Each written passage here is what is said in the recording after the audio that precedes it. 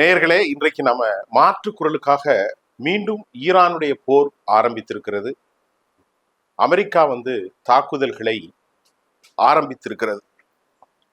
கடந்த பல நாட்களாக நாம் பேசிக் கொண்டிருந்த இந்த பேச்சில் சமாதானம் நிலை பெறுத்து விட்டது, ஏற்பட்டு விட்டது என்று நினைத்தோம். ஆனா இப்ப சமாதானம் ஏற்படல. அமெரிக்க அதிபர் நேற்று பேசும்போது சொல்லிட்டாரு, பேச்சுவார்த்தை முறிந்தது என்று அங்காராவில் அவர் அறிக்கையிடுகிறார். பேச்சுவார்த்தை முடிந்தது, இனி எந்த காலத்திலும் பேச்சுவார்த்தை இல்லை என்பதை அமெரிக்கா தெளிவுபடுத்தியிருக்கிறது. இப்போ நீங்க கொஞ்சம் யோசனை செஞ்சு பாருங்க.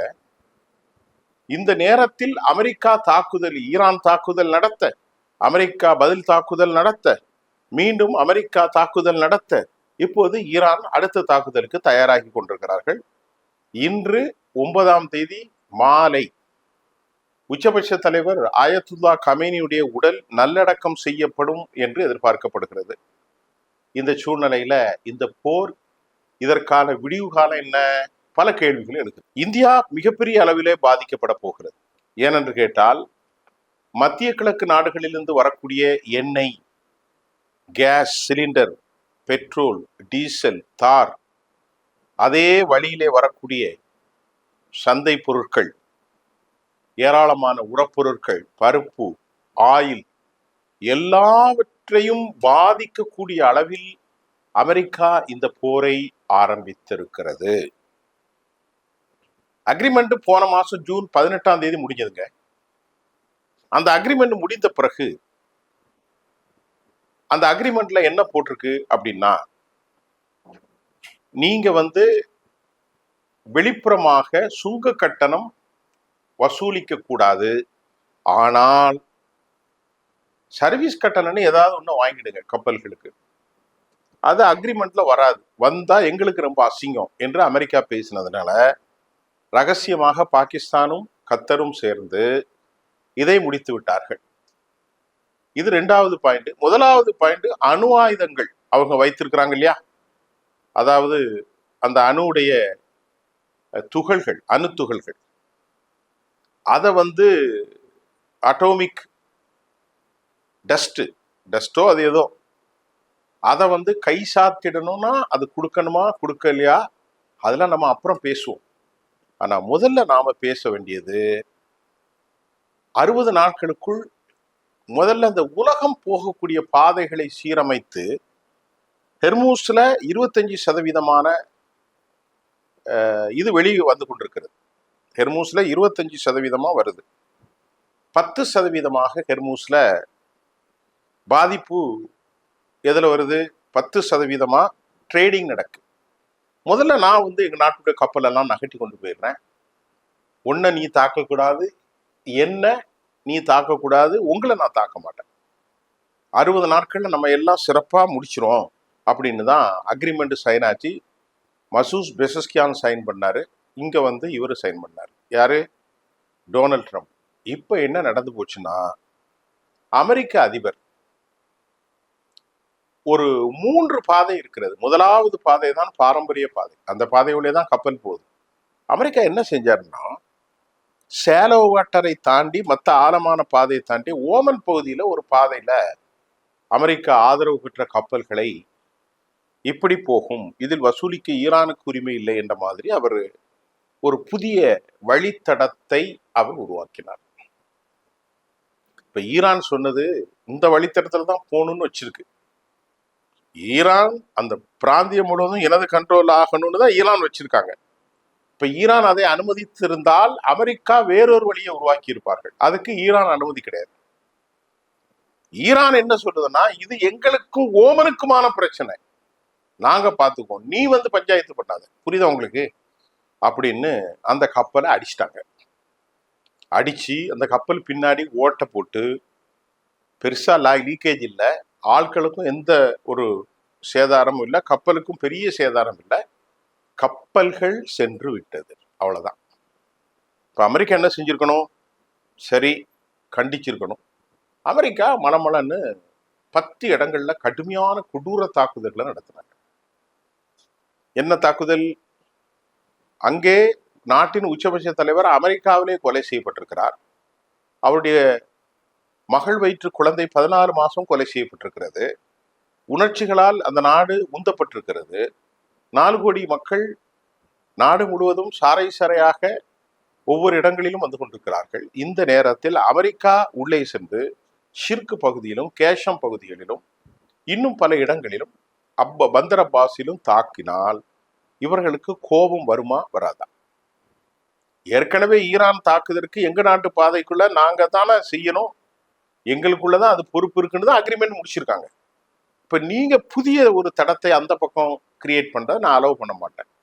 இந்த பிரச்சனை எங்களுக்கும் ஓமனுக்குள்ள பிரச்சனையே தவிர நாங்க 2 பேரும் ஒன்னா இருக்கும்போது நீ வந்து இங்க பஞ்சாயத்து பண்றதோ இதெல்லாம் எங்களுக்கு நடக்காது அப்படின்ட்டு அவங்க சொல்லிட்டாங்க. நீ வல்லரசுனா நானும் வல்லரசு தான், நீ என்ன ஜெயிக்கலையே, நான் தான் ஒன்னு அடிச்சிருக்கேன் அப்படிங்கிற மாதிரி ஈகோ கிளாஷ்.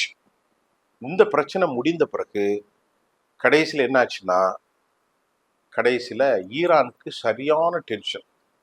ஏன்னா இது நேரம் சரியில்லாத நேரம், மோசமான டைம். இந்த டைம்ல நம்ம நாட்டுக்குள்ள வந்து இவன் அடிச்சிருக்கானா நம்ம விடக்கூடாது. ஏன்னா அமெரிக்காவுடைய இராணுவ தளங்கள், அமெரிக்காவுடைய கடற்படை தளங்கள் எல்லாம் அடித்து காலி செய்து சுக்கு நூறாக ஆக்கிவிட்டார்கள்.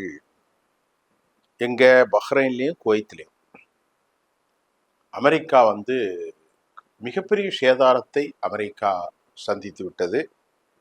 அமெரிக்கா மறுபடி அதற்கு பதிலடி கொடுத்திருக்கிறார்கள். மீண்டும் இன்றைக்கு கூட அதற்கு பதிலடியாக இந்தியா வந்து வேலை செய்து கொண்டிருக்கக்கூடிய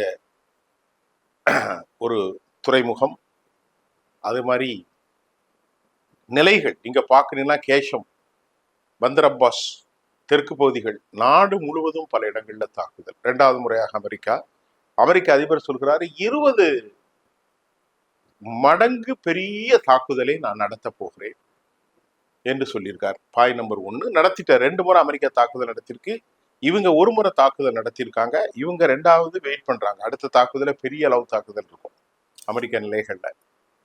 இப்ப எந்த கப்பலும் போகல, ஸ்டக் டவுன், அடித்து நிறுத்தப்பட்டிருக்கிறது, ஸ்டக்குடு. சோ ஹெர்மூஸ்ல கப்பல் போகல. அமெரிக்கா என்ன செஞ்சுட்டான், நாட்டு கப்பல் போகக்கூடாதுன்னு சொன்னா மற்ற கப்பல்லாம் போகலாம். மற்ற கப்பலை எப்படி ஈரான் அனுமதிப்பான்? அவன் சொல்றான், இது சாவரின் இன்டகிரேட்டட், எங்களுக்கான உள் உருவம், எங்களுடைய நாடு, எங்களுடைய கடல் பிராந்தியம், அதுல வந்து நீ வந்து உரிமை கொண்டாடாத, நாட்டுல போய் உரிமை கொண்டாடிக்கோ. நீ வந்து பஹாமா அங்க உள்ளது அந்த கப்பல் படெல்லாம் வந்து சீனா வரக்கூடாதுன்னு தானே அங்க வந்து ஹெர்மூஸ் அது எந்த ஒரு வெனிசுலாவை முடக்கினா.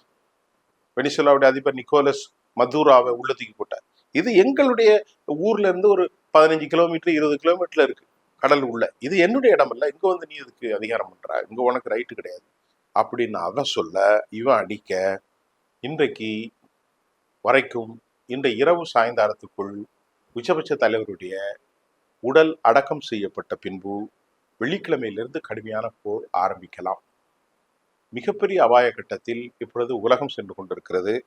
அமெரிக்காவில் ரெசஷன் இப்பொழுதே விளையாட்டம் ஆரம்பித்துட்டது. உலகத்துல எண்ணெய் வளங்கள் இல்லை என்றால் அமெரிக்காவும் பாதிக்கும். அமெரிக்காவில் அவர் நாட்டுக்கு தேவையான எண்ணெய்கள் இருந்தாலும் உலகத்தில் இருந்து செல்லுகிற இந்த பொருளாதார நெருக்கடியின் மூலமாக அமெரிக்காவுடைய ஃபெடரல் வங்கி, central bank of United States, வட்டி விகிதத்தை உயர்த்த போகிறது. டெபாசிட் குறையும், நல்லா புரிஞ்சு கொள்ளுங்க, டெபாசிட் குறைய போகிறது. இப்பொழுது ஈரான் சொல்லுகிறது, ஈரானுக்கு இழப்பதற்கு ஒன்றுமில்லை, இதுவரைக்கும் 6 மில்லியன் 60 மில்லியன் 6 மில்லியன் இல்லை 60 மில்லியன் ஆயில்களை அவர்கள் ஏற்றுமதி செய்து விட்டார்கள். இப்போது புதிய தடையை மீண்டும் அவர்களின் மீது அமெரிக்கா வைத்திருக்கிறது. உலகத்திலிருந்து எந்த நாட்டுக்கும் 47 வருஷமா நீ சப்ளை பண்ணல, இனியும் பண்ணக்கூடாது, மறுபடி தடை. ஹெர்மூஸ்ல நாங்க மறுபடி எங்கள் நாட்டு கப்பல்களை வைத்து முடக்க போகிறோம், 2வது தடை. 3வது தடை, இப்பொழுது உன் நாட்டு கப்பலை தவிர மற்ற நாட்டு கப்பல் போகலாம், உன்னோட பணங்கள் விடுவிக்கப்படாது, சமாதானம் இல்லை. I think it's over, I think it's over, something good happen. வேற யாராவது வந்தால் அது நடக்கலாம், போகலாம், இட்ஸ் கோயிங் ஆன். ஆனால் என்னை பொறுத்தவரை அவர் சொல்றார், ஐ திங்க் இட்ஸ் ஓவர். பேச்சுவார்த்தை முடிந்தது என்று இப்போது சொல்லியிருக்கிறார். அமெரிக்காவுடைய இந்த எரிநிலையின் மூலமாக மிகப்பெரிய பாதிப்புக்கு உள்ளாக போகிற தேசமாக இந்தியா மாறியிருக்கிறது. நம்ம நாட்டுக்கு வரக்கூடிய விலைவாசி உயர்வு ஏற்கனவே பெரிய அதிகரிப்பு, தற்போது மேலும் அதிகரிக்கும் அபாயம் தொடர்கிற ஒரு சிக்கல் காணப்படுகிறது. அமெரிக்க அதிபரின் ஈகோவால் உலகம் இன்றைக்கு வசப்பட்டு நிற்கிறது என்பதுதான் இன்றைய செய்தி. மீண்டும் அடுத்த செய்தியில் சந்திப்போம். நன்றி.